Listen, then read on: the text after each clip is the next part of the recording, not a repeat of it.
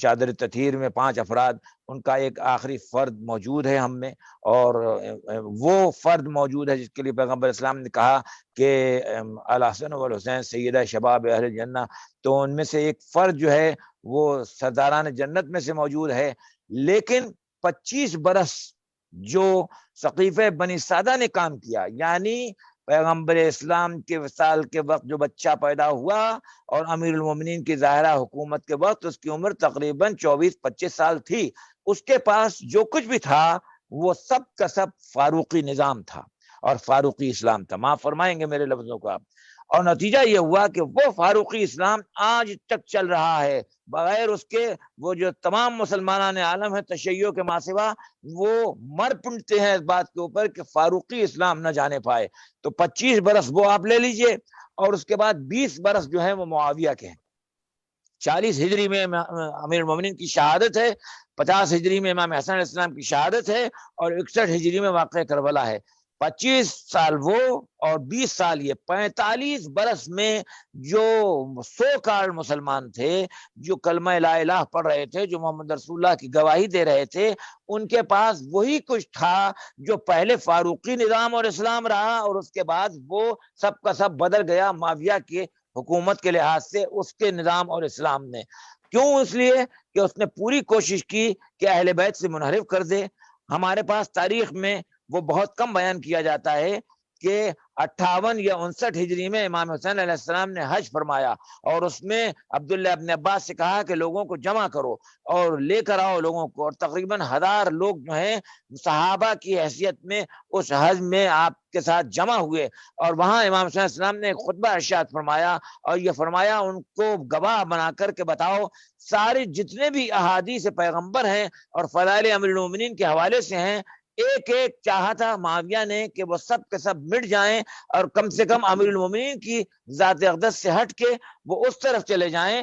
جو 3 ہیں، یا وہ خاص طور پر وہ خود ہے۔ اور اس نے پوری کوشش کی تھی، جس کو امام حسین علیہ السلام نے 58 ہجری میں یا 59 ہجری میں حج کے بعد جو خطبہ آپ نے ارشاد فرمایا ہے دوران حج، اس میں آپ نے ایک ایک حدیث کو امیر المومنین کے بارے میں جو فضائل تھے سرکار خدمت کے حوالے سے پوچھا، اور ان سے باقاعدہ حلفیہ بیان لیا کہ آپ بتاؤ تم نے سنا تھا، تم موجود تھے؟ تو لوگوں نے سب نے کہا کہ جی۔ تو یعنی دوسری ہماری بات سمجھ میں آتی کہ واقعہ کربلا سے پہلے امام حسین علیہ السلام نے تجدید کی اس بات کی، تاکہ یہ واضح ہو جائے کہ جو مشینری معاویہ کی کام کر رہی تھی، وہ مشینری کام کرتے ہوئے اس مشینری کو یعنی تباہی کی طرف اور واپس پھرانے کی طرف لے جانے والی ذات جو ہے وہ امام حسین علیہ السلام کی تھی، جنہوں نے یہ فرمایا کہ میرے بابا کے جو فضائل ہیں وہ انہی سے منسلک ہیں، اور پیغمبر اسلام کی احادیث کو توڑ مروڑ کر پیش کیا جا رہا ہے اور ان کو فیبریکیٹ کیا جا رہا ہے، اور نتیجہ یہ ہوا کہ ان 45 برس کے اندر لوگوں کی حالت یہ تھی کہ وہ قطعی طور پہ منحرف ہو چکے تھے اہل بیت اطہار سے۔ جو آپ کے سوال کا جواب یہ ہے کہ نتیجہ یہ ہوا کہ 45 برس میں ان کے قلبوں کا وہ عالم تھا کہ ختم اللہ علی قلوبہم وعلی سمعہم وعلی ابصارہم غشاوہ، یعنی ان کے دلوں پر بھی مہریں تھیں، کانوں پر بھی مہریں تھیں، آنکھوں پر بھی مہریں تھیں۔ صرف یہی نہیں ہے کہ وہ کافروں کے لیے آیت ہے، صرف وہ ان منافقین کے لیے بھی ہے، وہ سو کال ان مسلمانوں کے لیے بھی ہے کہ ان کو آنکھوں سے دکھائی نہیں دے رہا تھا، کانوں سے سنائی نہیں دے رہا تھا، ذہنوں کے اندر وہ چیز جاگونی نہیں ہو رہی تھی۔ نتیجہ یہ ہوا کہ حضرت ابو الفضل عباس نے خطبہ دیا، امام حسین علیہ السلام نے فرمایا، لیکن سب کے سب جانتے ہوئے بھی اس طرف راغب نہیں ہوئے، چونکہ بقول ہمارے جناب موسوی صاحب کے فرد بھائی کے کہ ان سب کے جو شکم تھے وہ نجاستوں سے بھرے تھے، اور ان کی سب کی جو ولادت تھی وہ نجاست کی ذات تھی، لہذا وہ ظاہر میں تو کلمہ گو تھے لیکن حقیقت میں ان کے حلق سے نیچے اتر ہی نہیں رہا تھا اسلام، جس کے لیے سورہ منافقون نے کہا کہ اذا جاءك المنافقون قالوا نشهد انك رسول الله والله يعلم انك رسوله والله يشهد ان المنافقين لكاذبون۔ تو یہ منافق جھوٹ بولتے ہیں جو کہہ رہے ہیں لا الہ الا اللہ محمد رسول اللہ، یعنی لا الہ الا اللہ محمد رسول اللہ کہہ رہے تھے، حج کر رہے تھے، لیکن وہ سب کا سب جھوٹ تھا سورہ منافقون کے ذریعے۔ جی قبلہ، آپ نے بڑے تفصیل سے اس کو بیان کیا ہے کہ 45 سال کے عرصے میں لوگوں کے ذہن کو اس طرح سے کر دیا گیا تھا کہ جس کی وجہ سے وہ اہل بیت کو پہچاننے سے انکار کر رہے تھے، ان کا ساتھ نہیں دے رہے تھے، کچھ لوگوں میں خوف پیدا ہو گیا تھا، اور ظاہر ہے کہ اس میں خوف کا تو ذکر نہیں، منافقت بہت زیادہ تھی، جیسا قبلہ امام احمد زیدی صاحب نے بھی اس سلسلے میں کہا۔ ہم چلتے ہیں وسیم بھائی، آپ اس سلسلے میں آپ کہتے ہیں کہ امام حسین علیہ السلام جب مکے میں تھے اور اتنے لوگ حج کر رہے تھے، آج بھی دیکھیں کثیر تعداد میں لوگ حج کر رہے ہوتے ہیں، وہ تو الگ بات ہے کہ کس کا حج قبول ہو رہا ہے اور کون حج کر رہا ہے کون نہیں کر رہا ہے، وہ الگ معاملات ہیں۔ تو وسیم بھائی آپ اس سلسلے میں آپ کیا کہتے ہیں؟ جی وسیم نقوی صاحب۔ افتخار بھائی، اس میں بس اتنی سی جسارت کروں گا کہنے کی کہ جس وقت مکہ میں امام حسین علیہ السلام آئے ہیں اور انہوں نے اپنے حج کو عمرے میں تبدیل کیا ہے، تو ان کو اندازہ تھا، اور جیسے ابھی ہمارے قبلہ نے فرمایا کہ ایک بہت بڑی جو نسل تھی وہ تیار کر دی گئی تھی اسلام فاروق کے لیے، وہ اسلامی فاروق تھا۔ انہوں نے نہ ان کے بزرگوں نے حق کا ساتھ دیا، نہ موجودہ اس وقت کے مسلمانوں نے حق کا ساتھ دیا۔ اور کربلا، جہاں پہ کربلا کا ذکر آپ لوگ فرما رہے تھے، تو کربلا میں میرا جہاں تک خیال ہے، میں تو علماء کے سامنے کیا کہہ سکتا ہوں، وہاں ایک جنگ نہیں کی، امام حسین علیہ السلام نے جنگ نہیں کی، مولا عباس نے جنگ نہیں کی، انہوں نے مزاحمت کی اس کے خلاف جو کہ اسلام کو بالکل اپنے انداز سے لے کر آ رہے تھے، کیونکہ مسلمان دونوں طرف تھے، جو ان کی طرف بھی مسلمان تھے، لیکن جو حسین کی طرف آیا وہ مسلمان سے حر جو تھا وہ مسلمان مومن بن گیا۔ تو جنہوں نے حق کو پہچانا اور حق کی طرف آ گئے، اور یہ آج کے دور میں بھی میں سمجھتا ہوں کہ مجھے آج کے دور میں اگر اس وقت موجودہ حالات میں دیکھا جائے، جیسے ابھی قبلہ نے فرمایا سورہ منافقون جو قرآن شریف کی سورہ ہے، یہ سورہ آج اس وقت کے لیے نہیں تھی، آج کے لیے نہیں تھی، یہ رہتی دنیا تک ہے۔ تو منافقوں کا جو ساتھ رہا ہے، مولا مشکل کو شاہ علی کے ساتھ بھی رہا، حضور صلی اللہ علیہ وسلم کے ساتھ بھی رہا، اور ان کے خلاف بھی رہا جو کربلا میں تھے، اور آج بھی منافقین موجود ہیں اور رہتی دنیا تک منافق رہیں گے۔ یہ ترہ امتیاز صرف اور صرف شیعان علی کے پاس ہے، کیونکہ کربلا کی ایک درسگاہ ہمیں ایسی مل گئی ہے کہ یہ جو علماء ہمیں علم رزق اپنی مجالس میں بیٹھ کے جو بانٹ رہے ہیں، ان کی تربیت سے آج ہم میں اور ہماری آنے والی نسلوں میں وہ صلاحیتیں پیدا کر رہے ہیں کہ جس سے حق اور باطل کی پہچان ہو۔ تو میں یہ سمجھتا ہوں کہ جو کربلا کی جو مزاحمت تھی، اس سوچ کے خلاف جو کہ اس کو تبدیل کرنے کی کوشش کر رہی تھی، اور امام حسین علیہ السلام کو اچھی طرح علم تھا، بی بی کو ہماری جو بی بی فاطمہ سلام اللہ علیہ کو، ان کو بھی علم تھا، مولا علی مشکل کو شالی کو بھی علم تھا کہ آگے آنے والے حالات میں کیا ہو رہا ہے، اسی لیے وہ وقت کے امام اس وقت ہے، اور آج بھی ہم امام کا انتظار کر رہے ہیں۔ جی وسیم بھائی، ہم ظاہر ہے کہ وقت ہمیں پروگرام کے دورانیہ بھی بہت ہی مختصر ہے، ہم آگے چلتے ہیں، ہم پھر ظاہر دوبارہ کل بھی ہمیں اس پروگرام میں شامل ہونا ہے۔ ہم قبلہ مولانا فرحت موسی صاحب کی طرف چلتے ہیں۔ قبلہ وسیم بھائی بھی اسی پیرائے میں بات کر رہے تھے، قبلہ امام حیدر زیدی صاحب نے بھی اور قبلہ مولانا جمال نقوی صاحب نے بھی ہمیں تفصیل سے اس سلسلے میں بیان کیا کہ آخر جو ہے کربلا، امام حسین السلام کربلا کے لیے جب روانہ ہوئے، مکے میں پہنچے، اتنے عازمین حج موجود تھے، اس کے باوجود اتنے مسلمان کیا اہل بیت آل رسول کے لیے کیوں نہیں کھڑے ہوئے؟ امام حسین السلام تو نواز رسول، جن کی تاریخ ہے کہ رسول کے کاندھوں پر دیکھا ہے جن کو، تو کیا ان کو ذرا سے بھی اس بات میں غیرت نہیں آئے کہ امام کے حق میں کھڑے ہو جاتے ہیں؟ جی قبلہ۔ اعوذ باللہ من الشیطان الرجیم، بسم اللہ الرحمن الرحیم۔ یہ بہت اہم موضوع ہے، اور اس کے لیے ہم فوراً نبی اکرم صلی اللہ علیہ وسلم کی شہادت کے بعد کے اگر واقعات دیکھیں اور اس کو تفصیل سے اگر جائزہ لیں تو ہم کو یہ معلوم ہوتا ہے کہ ایک وقت شہزادی کے گھر پہ حملہ نہیں ہوا، بار بار کوشش کی گئی، اور اس وقت کتنا احتجاج، کیا کسی صحابی نے احتجاج کیا اس کے اوپر، جا کر روکنے کی کوشش کی سوائے چند؟ جزاک اللہ، بہت عمدہ پوائنٹ۔ یہ بڑا عجیب ہے کہ اسی وقت وہی موجود تھے، اور آ کر فوراً روکنا چاہیے تھا۔ اگر یہاں عام دنیا میں ہمارے گھر کے قریب کوئی آگے کرنے کی کوشش کرے تو بازو والے کھڑے ہو جائیں گے، جس کو دین سے نہ اسلام سے کوئی تعلق نہیں ہے۔ تو وہاں مسلمانوں کو کیا ہو گیا تھا؟ تو اس کا مطلب یہ ہے کہ ایک منظم تحریک چل رہی تھی، جس کا میں نے اس سے پہلے بھی اشارہ کیا کہ باقاعدہ قتل کرنے کی نبی اکرم صلی اللہ علیہ وسلم کو کوشش کی گئی، اور آپ نے بیان کیا، حذیفہ سے نام بھی بیان کیے۔ تو یہ مطلب کہ رسول کوئی حکومت نہیں چلا رہے تھے، حکومت کا طریقہ ہوتا تو ان سب کو قتل کیا جاتا، حذیفہ کو نام نہیں بتلائے جاتے کہ جو قتل کرنے آئے تھے مجھے، یہ فلاں فلاں لوگ تھے، یہ منافقین ہیں۔ تو یہ سوچنے کی بڑی ضرورت ہے ہم کو کہ یہ کیا وجہ تھی کہ چھوڑ دیا گیا. جی قبلہ بہت خوبصورت آپ سبحان نے اس اللہ. میں ایک پیغام بھی دیا ہے، اور جزاک اللہ بھائی بڑا مصبی صاحب. خوبصورت پیغام ہے کہ جس طرح قبلہ اجمال نقوی صاحب نے کہا تھا کہ 45 سال کے اندر انہوں نے جو ہے ذہنوں سے جو ہے نا اہل بیت کے خلاف ان کو کھڑا کر دیا، اور لوگ جو ہے خوفزدہ بھی ہو گئے اور منافقت بھی کرنے لگے کہ اہل بیت کے ساتھ نہیں کھڑے ہوئے، امام حسین کے ساتھ نہیں کھڑے ہوئے، ہم کیا 50 سال میں کیا یہ کوشش نہیں کر سکتے کہ لوگوں کے ذہنوں کو تبدیل کر دیں اور اہل بیت کی طرف لے کر آ جائے، عرفان کی منزل تک پہنچا دیں. ہم قبلہ ہم ڈاکٹر نوید سید صاحب کی طرف چلتے ہیں، اور آج کا ظاہر ہے کہ پروگرام کا ہمیں وقت کا بھی بڑا خیال رکھنا پڑتا ہے، اور پھر دوسرے دن بھی ہمیں پروگرام کی طرف جانا ہے، ہمارا موضوع رہے گا. ڈاکٹر صاحب بات ہو رہی تھی ابھی، آپ نے دیکھا کہ قبلہ امام حیدر زیدی صاحب نے، قبلہ محترم مولانا فرید موسی صاحب نے، اور قبلہ مولانا اجمال نقوی صاحب نے، اور ہمارے برادر وسیم نقوی صاحب نے اس موضوع پہ اپنے اپنے انداز سے بیان کیا، لیکن ہمارا مرکز تو وہی رہتا ہے گفتگو کا، ہم وہیں پہنچتے ہیں اور ظاہر ہے کہ حق کی بات کر رہے تھے. آپ اس پیرائے میں آپ کیا کہتے ہیں کہ امام حسین اسلام جب موجود تھے مکے کے اندر، حج ہو رہا ہے، بھرا ہوا ہے مکہ، اور خانہ کعبہ کے پاس لوگ ہیں، اطراف میں لوگ موجود ہیں، کیا ان میں سے لوگ موجود نہیں تھے کہ امام کے حق میں کھڑے ہو جاتے، کوئی آواز بلند کرتے؟ جی ڈاکٹر صاحب. جی بسم اللہ الرحمن الرحیم. دیکھیے قبلہ نے بڑی خوبصورت بات کی. دیکھیے مسلمان تو وہ تھے مگر اسلام ان کے حلق میں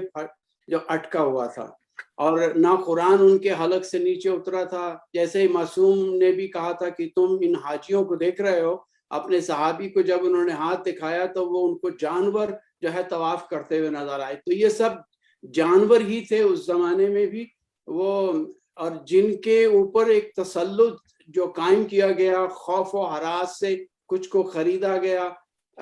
تخت والوں نے مورخ بھی خریدے ہوں گے. ذکر دنیا میں مگر شام و سحر کس کا ہے؟ تو وہ ذکر جو ہے وہ خود اس بات کی نشاندہی کرتا ہے کہ حق کس طرف تھا. دیکھیے ہم نے آزاداری جو ہے ہماری شہرگ ہے، اور قبلہ امام حیدر کی، اور قبلہ اجمال نقوی صاحب کی، اور فرید موسی صاحب کے، وسیم بھائی کی جو خدمات آزاداری کے توسط سے ہیں، بی بی فاطمہ سلام اللہ علیہ سے دعا گو ہوں کہ انہیں سلامت رکھیں، اور اسی طرح سے حق زہرا کے دفاع کا ان کو جو ہے محافظ بنا کے رکھیں. لیکن دیکھیے آزاداری کے تحفظ کے لیے جو اب ہمارے ہاں جو ایشوز ہیں، نوجوان نسل کو ہم نے اس تحریک کو، جیسے آپ نے کہا ہے کہ کربلا ایک تحریک مسلسل ہے، جس کو اجاگر کرنے کے لیے ہمیں تھوڑا سا اپنے پیرائے کو چینج کرنا ہوگا. دیکھیے امام حسین علیہ السلام اور آپ کا خانوادہ اور اصحاب جو ہے کسی انتقامی یا خاندانی انفرادی یا حکومت کے خلاف کسی اقدام کے بموجب جو ہے یزید کے ہاتھوں قتل نہیں ہوئے،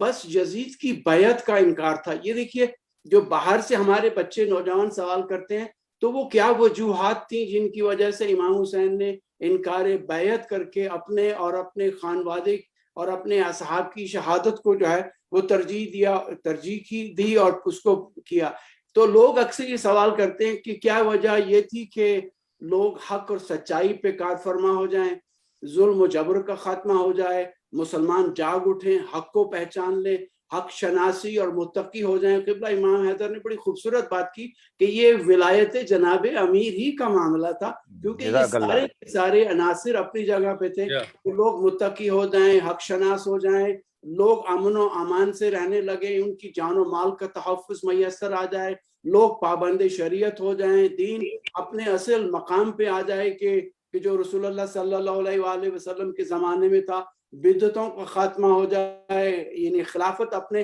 اصل مقام پہ لوٹ آئے. اگر یہ سب کچھ ہوتا تو ہم کہہ سکتے تھے کہ یہ وہ عناصر، عوامر اور مقاصد تھے کہ جن کی وجہ سے امام نے انکار بیعت کیا. یہ سب کچھ آج بھی ویسے ہی چل رہا ہے. تو نوجوان نسل ہم سے یہ سوال کرتی ہے کہ اس کا مطلب ہے کہ قربانی تو رائے گاں گئی، اگر امر بالمعروف نہی عن المنکر ہی کا مسئلہ تھا تو اصل میں ایشو کیا تھا؟ در حقیقت ہم یہ سمجھتے ہیں کہ ایسا کچھ بھی تو نہیں ہوا. ظلم، تشدد، بربریت، قتل و غارت، دھوکہ، منافقت، چال سازی، تسلط، یہ جتنے بھی زمانے رسالت سے قبل دور جہالت میں موجود تھے وہ سب کے سب امام حسین کے قتل کے بعد بھی جاری رہے. تو یزید کے بعد مروان آیا، بنی امیہ، پھر بنو عباس، جتنے بھی عظیم یعنی شخصیات تھیں ان کا قتل، شیعوں پہ ظلم، مزارات پہ حلقہ چلا دینا، پانی چھوڑ دینا، شیعوں کو زندہ دیواروں میں چن دینا، ہمارے خون کا گارا بنا کے جو ہے وہ بنی امیہ کے محلات بنائے جاتے تھے، حضرت علی پہ معاذ اللہ لعن طعن کرنا، کچھ بھی تو نہیں بدلا۔ پھر مقصد شہادت کیا ہو گیا؟ کیا بیعت یزید سے امام انکاری رہے؟ اس کی وجہ کیا تھی؟ دیکھیے ایک اور نظریہ یہ پیش کیا جاتا ہے، اور میری درخواست ہوگی ہمارے علماء سے کہ وہ ان چیزوں پہ تھوڑا سا آپ کے اس پروگرام میں توجہ دیں، روشنی ڈالیں، کہ ایک اور نظریہ یہ بیان کیا جاتا ہے کہ یزید فاسق و فاجر تھا، اور یہ تاثر دیا جاتا ہے کہ وہ پہلا فسق و فجور کا پیکر تھا، جو خود شراب پیتا تھا، جوا کھیلتا تھا، قتل و غارت کرتا تھا، اور اگر وہ سب کچھ نہ کر رہا ہوتا تو کیا امام حسین اس کی بیعت کر لیتے؟ تو ایک نادان شخص، جو ہم بچوں سے بات کرتے ہیں، وہ کہتے ہیں ہاں شاید کر لیتے، لیکن جب ایک سمجھدار انسان جس کو پورے سیاق و سباق اور تاریخ کے حوالے اچھی طرح سے یاد ہوں، وہ یہی کہے گا کہ جب بیعت کا سوال ہوا تھا تو جواب میں یہی آیا تھا کہ ان کے جد نے، ان کے والد نے کبھی بیعت نہیں کی، ان کی خون کی رگوں میں ان کے جد کا خون گردش کر رہا ہے، یہ کبھی بھی بیعت نہیں کریں گے۔ تو سوال یہ اکثر ہوتا دیکھیے کہ بیعت انکار کی وجوہات کچھ اور ہوں گی، تو یہ سوال ہمارے لیے بہت اہم ہے کہ امام نے کس طرح سے جو ہے وہ انکار کیا، کیونکہ وہ یعنی مشیت الہی کے تابع تھے، اور وہ مشیت الہی کا تحفظ جو تھا وہی کر سکتا ہے کہ جس کو دیکھیے تنہا کھڑا تھا سینکڑوں تیغوں کے درمیان، حالانکہ حرف کن پہ اسے اختیار تھا، مولا کو اتنا اختیار تھا کہ کن کا ایک لفظ کہتے تو سب کچھ تباہ کر دیتے، لیکن رضن بقضائہ و تسلیما لامرہ۔ بہت شکریہ ڈاکٹر نویس رضا۔ آج کے ہمارے پروگرام کا وقت اپنے ظاہرے کے اختتام کو پہنچا، ہم مجبور ہوتے ہیں وقت کے ہاتھوں قائم ٹی وی کی یہ نشریات محرم الحرام کے سلسلے میں خصوصی نشریات کے طور پر پیش کی جا رہی ہے آپ کے سامنے، جس طرح ڈاکٹر نوید سید صاحب نے کہا کہ بیعت یزید اور انکار امام، انشاءاللہ کل ہمارا موضوع یہی رہے گا، اور ہم اسی موضوع پر کر اپنے علماء کرام سے گفتگو کریں گے۔ آج کے پروگرام کے لیے اجازت دیجیے اپنے میزبان افتخار مہدی رضوی صاحب کو۔ اللہ حافظ، اپنا بہت خیال رکھیے گا۔ السلام علیکم ورحمۃ اللہ وبرکاتہ۔